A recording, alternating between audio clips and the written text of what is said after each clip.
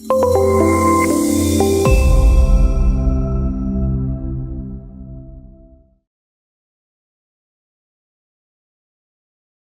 so good morning, everyone. Let me just introduce myself. My name is Shruti Darekar. I'm the product manager at Amoeboids. And today we are going to discuss how to effortlessly update your release notes using automated release notes widgets. So today's agenda is explore the challenges that we face while sharing our release notes. Then we will brief over how to use ARNR app uh, and the widget feature particularly to face those challenges, to overcome those challenges. Then we will go and see an overview of all the widget modes that are available. Then we will see the live demo of how to set up these widgets and how to use them. Some practical use cases where these widgets can be used. And then we are open for a Q&A session. So starting up with the challenges that we face. So first challenge is that most of the times we have diverse platforms that we are using an app. We also have an website. Maybe you must be having a blog post as well, and you want to engage with all kinds of users who are using particularly app or particularly they are just going on a website. So how do you cater all these diverse users? That's one major challenge. Second challenge would be balancing visibility with a non-intrusive user experience. When we say balancing visibility, that means most of the times what happens is that release notes are once the release notes are published, user gets a notification and user needs to go and click on that link to go to your release page to see the new features. Or maybe you can include those new features directly in an email, but the user needs to open that email to go through it. But during if you're using widgets, you can seamlessly integrate all your release notes into your app or a website, and user doesn't need to go anywhere else to see all the new features that were released. And the third challenge is that most of the times users don't notice or they just forget to open the emails. So if you're using a widget, how you can engage with the users more accurately. You can also gather the feedback of your users, and how to do that we will be seeing in our further slides. As I said, so how to tackle these challenges is by using ARNR widgets. Why widgets? Because a widget seamlessly integrate with your website or app. You don't have to do any additional coding for it. You just need to take a code that is generated through our configuration, through the configurations that you are using, and just embed it in your website or app code once, and that's it. You don't need to look at it again. Uh, Enhanced user engagement with product updates. That is, obviously, once you start using the widgets, users will start noticing your release notes more often. And also, there's a chance that they might interact with it. And you will also get feedback of users whether they're liking the changes or not. Flexible customization options. That is, we provide you many configurations through which you can change the maybe a position of launcher button or the look and feel of that widget, the content that you want to show in the widget. All these things are very flexible and you can customize them according to your needs. So that was an overview about what widgets are. And our widgets are available in 4 different modes. Let's see what those modes are first. So the first 2 modes would be floating and pop-up mode. Now, the floating and pop-up mode are very similar to each other in the nature they work, but and the configurations and everything might look similar. The only difference that there is between floating and pop-up mode is that whenever you click on a launcher button, both have a launcher button in it. So whenever you click on a launcher button for floating mode, it will open up upon your website. You can still interact with the website, but it will show in a corner or somewhere. It will keep on floating about upon your website. But in pop-up mode, it appears as a pop-up in middle of your website. That's the only difference. So it is mostly used for highlighting major updates or announcements. The second mode, the third mode actually, because pop-up and floating were the first two. The third mode is the inline widget. So whenever you don't want to show any kind of launcher button or reduce the click that user needs to make to see those release notes, you can use an inline widget which can embed in your website and looks like a part of your website. So whenever if your user is scrolling your blog page, it doesn't have to go anywhere else to or click anywhere where else to see the release notes. Just like how in any shopping website, websites keep us showing different types of products. We don't need them, but they will just subtly show us maybe we might want to get them. So in the same way, inline widget will just appear somewhere in your website and user can go through it. And the fourth widget is the bar announcement. So whenever you want to show any kind of announcement for a short period of time, maybe a couple of days or a week, uh, any quick update, like there are some discounts going on or new feature is going to be released in 2 days, and you want to show that uh, stay tuned and no more button, you want to add a call for action button for it, that's when you can use a bar announcement widget. So these are the four modes that are available for widgets. Now let's recap over the feature of all the widgets. So floating and pop-up widget are fully customizable, and the triggers can be automated for them. Triggers can be automated for all the widgets actually. And these automations can be done every time you are releasing a new version or marking any sprint as done. For inline widget, it can directly embed in your page. That means without disrupting the flow of your website. The workflow of your website will remain same. The user is going to go how it was going. It will just embed into your web page and the user can go through it as well. Inline widget also supports rich media options and formatting options. It is also highly customizable. And for announcement bar, you have fixed position for announcement bar. It can be either at the top of the website or at the bottom of the website, depends on you. And the main thing is that you can add an call to action button in it. You can link a website, another website or a link or a blog post into it, maybe a form page, anything. So you can link that form. Basically, you can create any kind of call to action buttons along with your announcement.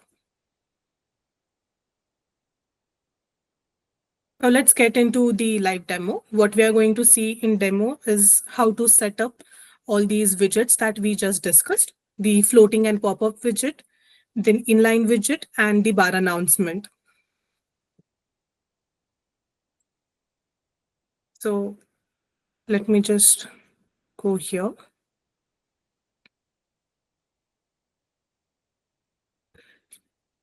So I'm hoping that every one of you is at least familiar with the UI of our app. So basically, you have all the tabs here: rules, templates, release pages, and widgets. Right now, we are going to discuss the release page and widgets tab. So once you go to release page and widgets, you can create the widgets by clicking on create button. You can add in the name and description. This name and description is not shown on the widget, but it is for your information. Then you can choose the template. You can choose which mode do you want in your widget, which kind of widget do you want. You can choose the release details. Release details as in what is going to appear as a title and subtitle on your widget. And here we are using ARNR variables. So there are more such variables. You can also enter your release date or sprint ID if you want to show those on your widgets. Then you can select which fields do you want to show. The summary, you can show the issue type, you can show description. If you have any kind of custom fields that you're maintaining to maintain your release notes, you can add in the custom field as well. Then in design section, you have many customization options, like what is going to be the launcher label, all the color options, launcher button color, header color, and so on. And the most important thing is anonymous reactions. Once I show you how the widget looks, I'll also explain how anonymous reactions works. And the most important thing is the JQL. So how does these widgets get pulls in the data is through JQL. So whatever JQL you are providing here. So right now the JQL is project equals to project ID and fixed version equals to version ID. That means whenever you are publishing the version, this rule will get triggered and it will fetch all the issues that are uh, fetched by using this JQL. You can add JQL, you can add more clauses to this JQL, like and label equals to front end if you want to just publish the issues related to front end or any customer specific issues. You can do those customizations as well. So this is how you can create the widget. Now let's just see how floating and pop-up widget looks like. It's exactly same for all the widgets. You're going to select the fields that you want to show. You're going to select the configurations, how the design of it looks, the JQL. Once it is done, and once you save it, you get a code out of it. All you need to do is copy this code and embed it into your app or the website. We just close this. Yeah. So all I have done is right now I don't have any live website, so I'm running it through my local machine. But all I have done is that this is the code for that I have, uh, the HTML code for the web page that I have created, and the copied code is embedded here. Once that is done, you don't have to do anything. You can just run the rule, and this is how a floating widget would look like.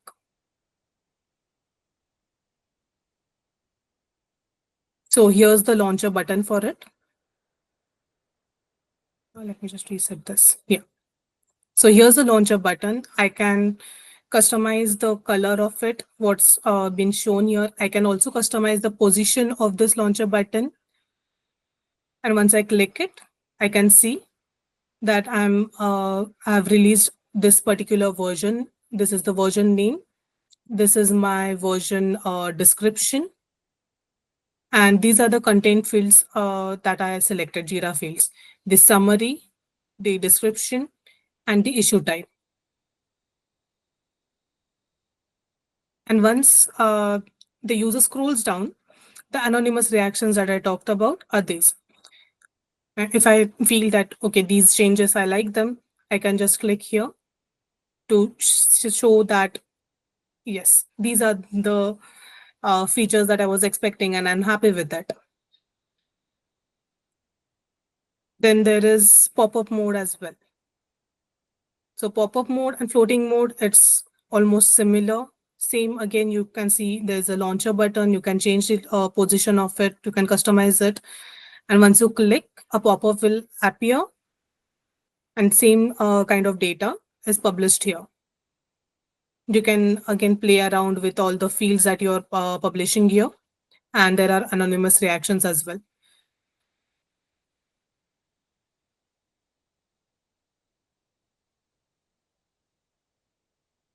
Now let's go and see the inline widget.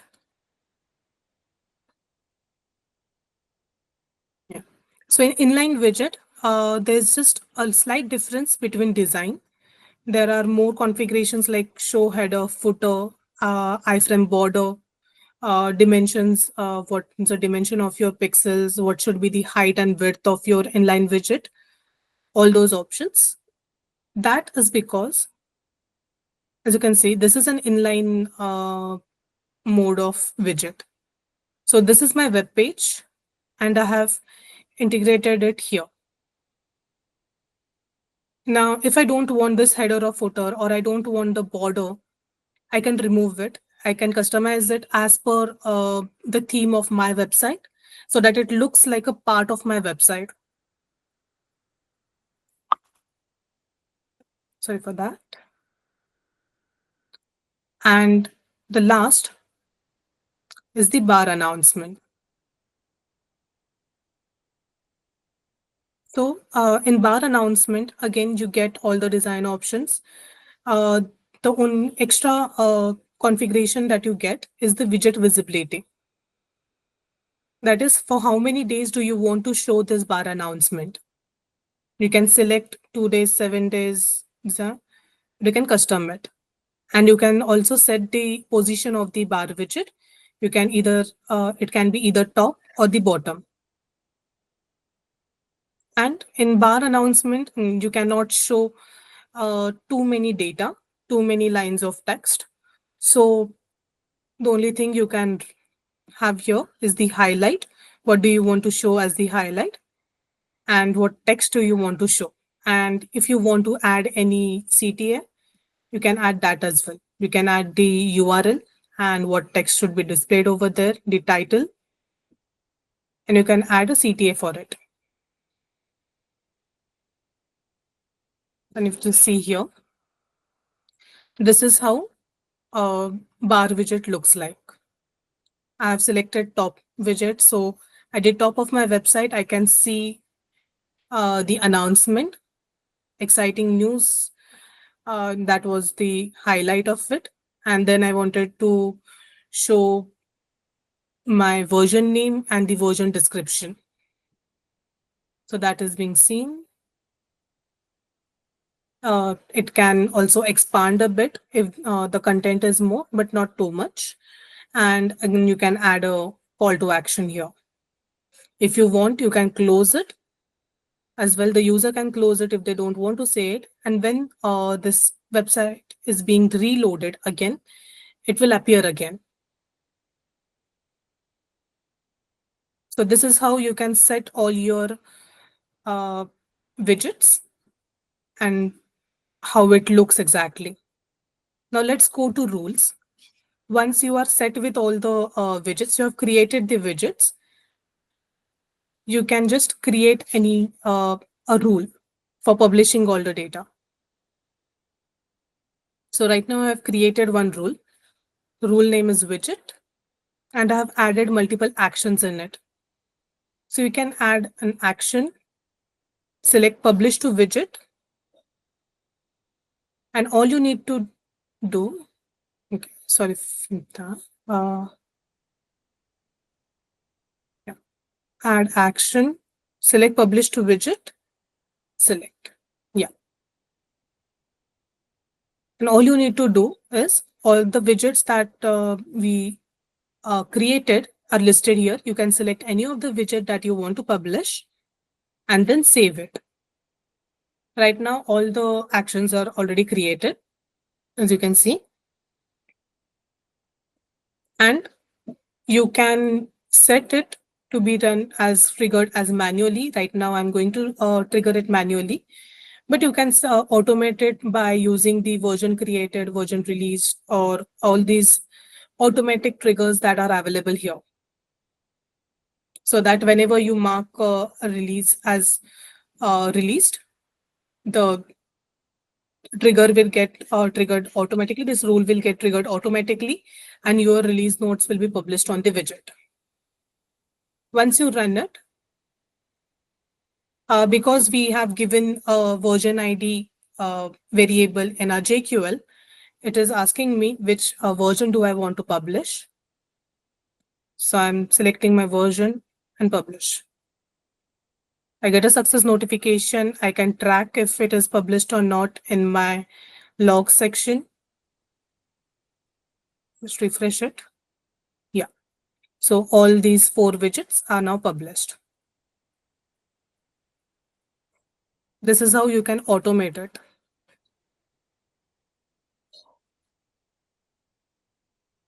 Going back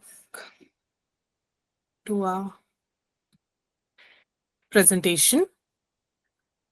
So I hope my demo has covered all the points regarding how to use the widgets and how you can trigger them automatically using our rules. Now let's just discuss what are the real world use cases for using these widgets.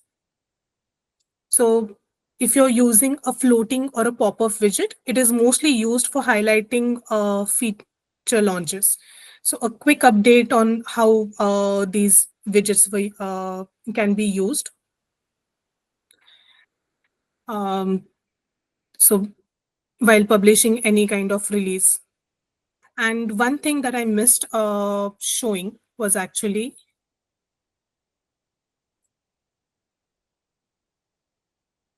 yeah, this kind of customization is also available.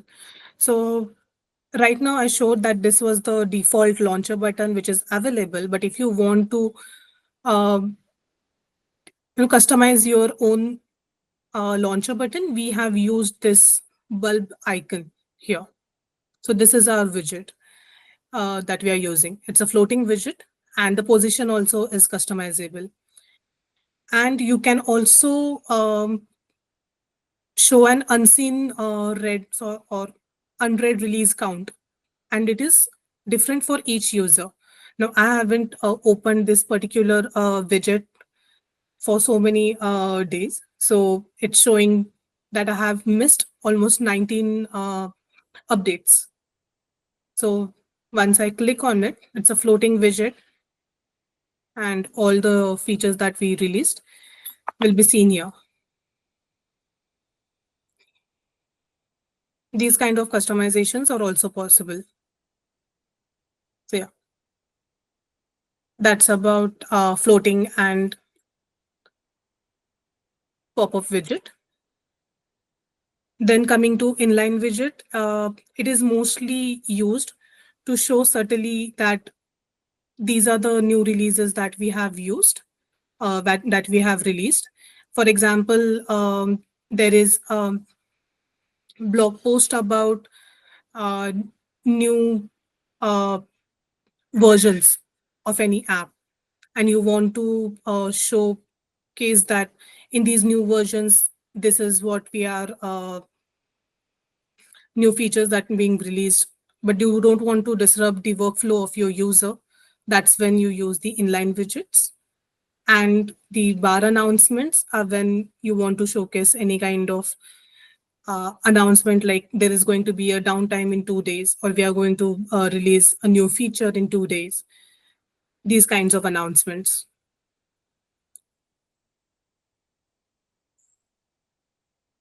Hope my explanation has helped you. And yeah, let me know if you have any questions.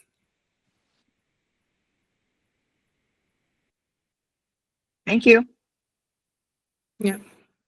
Do you have any questions?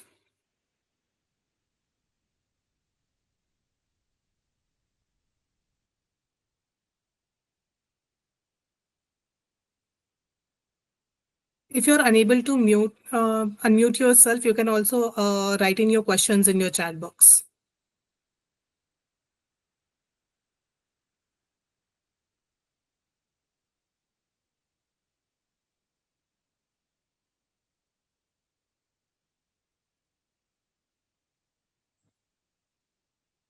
Did we get a question?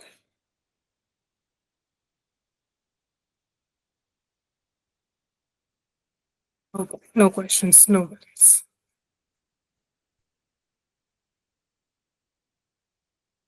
Thank you. And even if you don't have any questions, but you have any doubts about overall app, or you need any kind of support while using this app, you can always contact our support and request for a demo. So do reach out to us. Thank you.